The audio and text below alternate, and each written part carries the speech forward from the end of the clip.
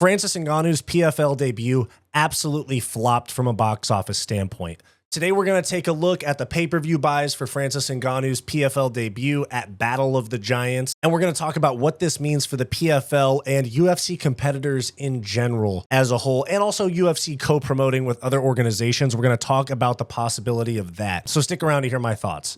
I'm Wyatt, and this is Fight Society.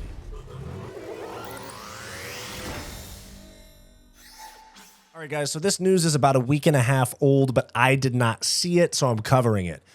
Francis Ngannou sold 10,000 pay-per-view buys. This tweet right here from Jedi Goodman says, per WON on the PFL Super Fights Battle of the Giants pay-per-view buys, the reports we got were that buys were just over 10K on ESPN+. They had no television pay-per-view, but also were on DAZN and ESPN+, so that would just be a domestic number. And then down below, they also say that it was a UK pay-per-view as well. We have some things to talk about because 10,000 pay-per-views priced at either $50 in the US or $20 in the UK. This is a huge financial loss on this event. Now, I know they're backed by Saudi oil money. I know that, okay? But we have to talk about the purses that are guaranteed here and what this means in terms of the PFL ever competing with the UFC. So here we have a graphic from Francis, and this is just a breakdown of what happened, okay? Francis versus Ferreira sold about 10,000 pay-per-view buys. That means roughly $500,000 in pay-per-view revenue.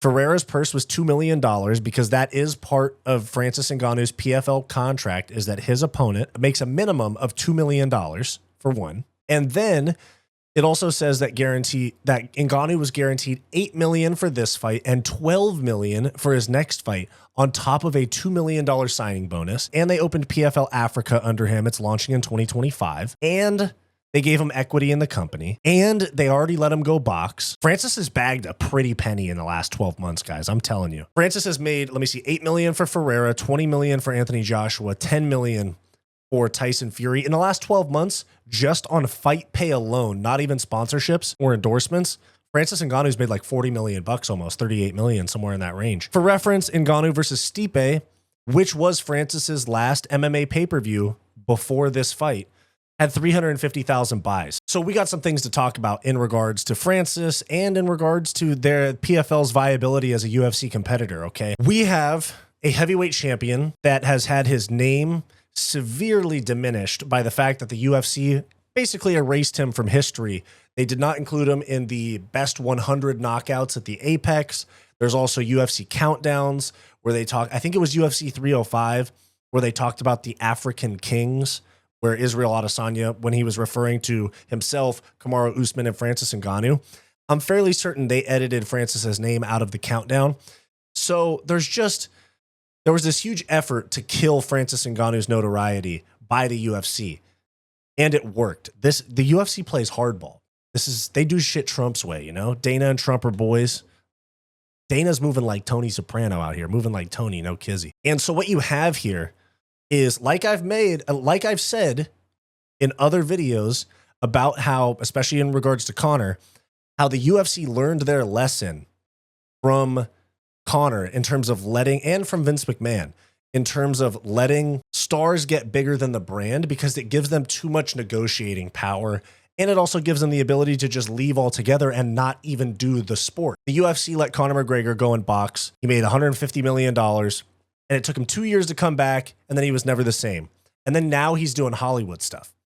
Same thing happened in WWF back in the day when WWE was WWF. You had Hulk Hogan did movies. Him and Vince McMahon did a movie together to keep him from going Hollywood. It sucked. And then Hulk went big anyway. Hulk went Hollywood anyway.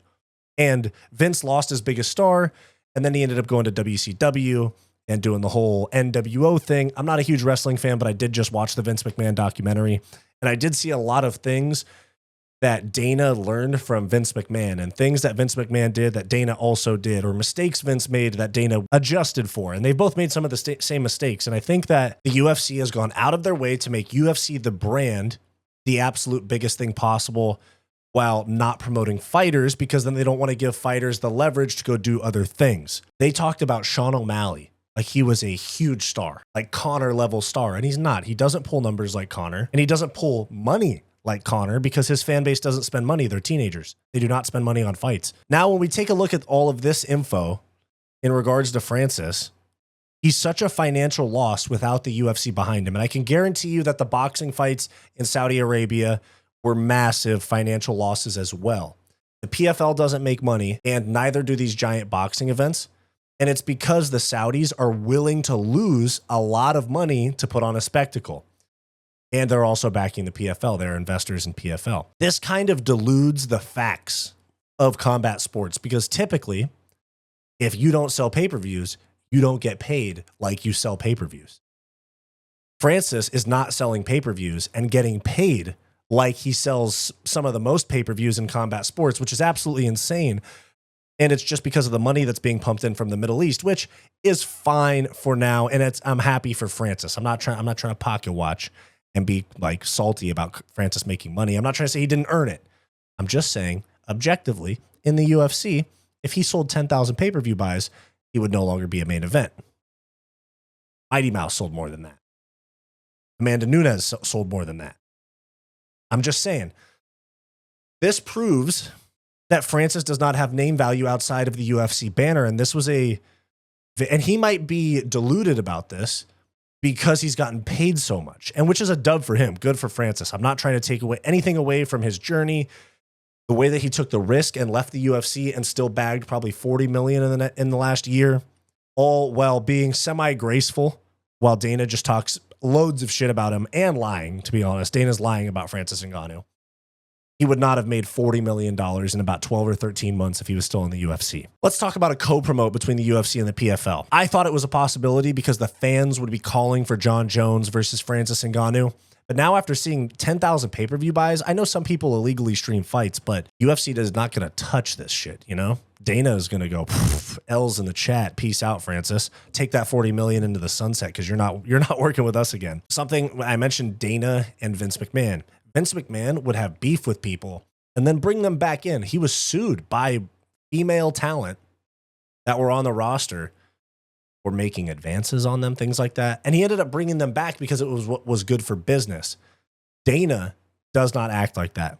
You're on Dana's bad side, you are never fighting in the UFC again, especially if you sell 10,000 pay-per-view buys. Conor, exception. He's going to sell 1 million plus regardless of who he fights. Francis is not the same case. So PFL co-promote with the UFC off the table completely, unless Saudi Arabia comes to the UFC or TKO Holdings Group with like an $100 million offer. But I still don't think it happens. So Francis, fantastic that he got paid this much. He deserves it for his journey and the risks. But from a pay-per-view standpoint, he didn't necessarily earn that paycheck. So there's my thoughts on Francis Ngannou's pay-per-view flop and the possibility of a UFC PFL co-promote. You guys let me know your thoughts down below. Thanks. Thanks for watching this video. Please make sure to like, subscribe, and drop a comment down below. It really helps us out a lot. If you want access to extra content and you want to support the channel further, please make sure to become a channel member by clicking the link down below or clicking the join button on our channel homepage. If you want more content from me, go check out my non-MMA podcast, What's Up Bro with Wyatt and Bo,